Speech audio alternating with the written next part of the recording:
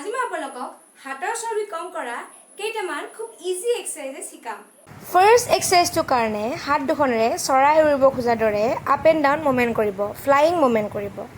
এক্সাৰসাইজটো 40 time repeat কৰিব।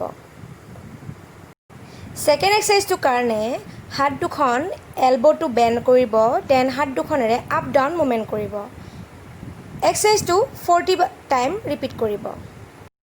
Third এক্সাৰসাইজটোৰ কাৰণে হাত দুখন ফ্ৰণ্টৰ পৰা বেকলৈ মুভমেণ্ট কৰিব।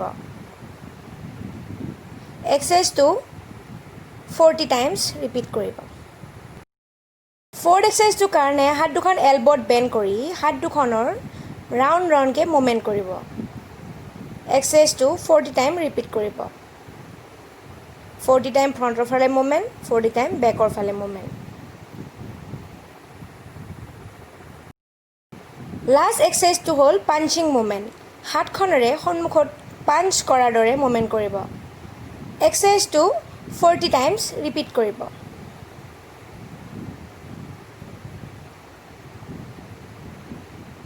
এইকেইটা এক্সাৰসাইজ যদি আপোনালোকে ৰেগুলাৰলি কৰি যায় আপোনালোকৰ হাতৰ চৰ্বি খুব সোনকালে কমি যাব। ভিডিঅ'টো চাই যদি ভাল লাগিল থাম্বছ আপ বাটনটো ক্লিক কৰি দিব আৰু মোৰ চেনেলটো ছাবস্ক্ৰাইব কৰি দিব যাতে মোৰ নতুন নতুন ভিডিঅ'বিলাক আপোনালোকে পাই থাকে। Thank U.